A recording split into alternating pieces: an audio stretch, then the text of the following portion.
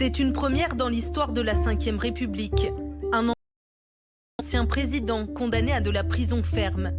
Un coup de tonnerre politique et judiciaire.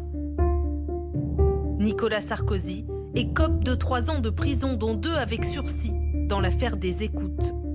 Le tribunal a estimé qu'un pacte de corruption a bien été conclu entre l'ex-président, son avocat Thierry Herzog et l'ancien haut magistrat Gilbert Azibert, eux aussi condamnés à 3 ans de prison, dont 1 ferme.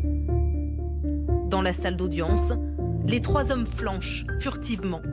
Ils étaient tous les 3 debout, les uns à côté des autres, et on sentait que c'est comme si on leur tirait des coups et que petit à petit les épaules s'affaissaient des 3 prévenus les uns à côté des autres. Ils sont retournés s'asseoir. Nicolas Sarkozy, il avait ensuite le regard vers le sol, les jambes croisées, le regard dans le vide en réalité. Et ensuite, il est immédiatement parti de la salle sans s'approcher des journalistes. Aucun des condamnés ne s'exprime à la sortie. L'avocat de Thierry Herzog, Hervé Temim, pourtant ténor du barreau, quitte le tribunal sans déclaration sur ces sanctions historiques. Pour le moment, vous réfléchissez avec le président? Est-ce que vous attendiez un jugement aussi sévère? Vous avez l'air plutôt confiant en arrivant tout à l'heure. Monsieur, c'est vrai que le silence est une réponse. L'agacement est manifeste. Voilà. Cette affaire dite des écoutes remonte à 2014. Nicolas Sarkozy et son avocat Thierry Herzog sont accusés de tenter d'obtenir des informations confidentielles sur le dossier Bettencourt, dans lequel l'ancien président est à l'époque mis en cause. Pour cela, Thierry Herzog se rapproche d'un 3e homme, un vieil ami magistrat, Gilbert Azibert.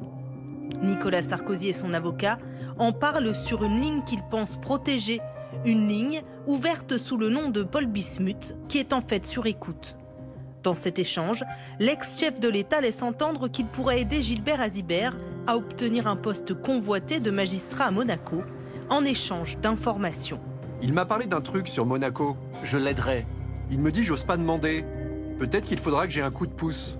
Appelle-le aujourd'hui en disant que je m'en occuperai parce que moi je vais à Monaco et je verrai le prince.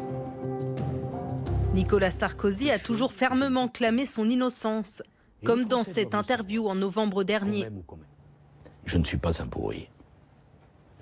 Et ce qui m'est infligé est un scandale, madame, qui restera dans les annales.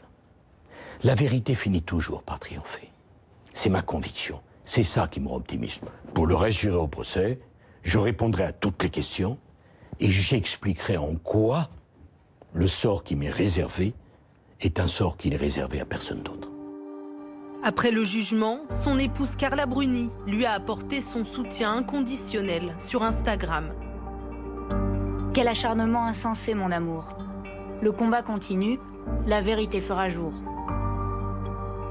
Nicolas Sarkozy ne compte en effet pas en rester là.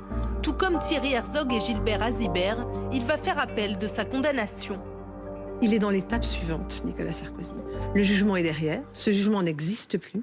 Il est frappé d'appel, il est anéanti par l'appel. La peine qui a été prononcée n'existe pas.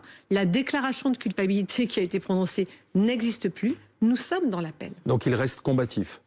Il reste combatif et calme et déterminé. Et déterminé parce qu'il a pour lui la vérité. Il y aura donc un second procès dans cette affaire des écoutes. Et Nicolas Sarkozy est loin d'en avoir fini avec la justice. Le procès de l'affaire Big Malion, dans lequel il est poursuivi pour dépassement du plafond des dépenses électorales, s'ouvrira le 17 mars prochain. L'ex-chef de l'État est également mis en examen dans l'enquête sur des accusations de financement libyen de sa campagne 2007. Et depuis l'été dernier, il est visé par une enquête pour trafic d'influence sur ses activités de conseil en Russie.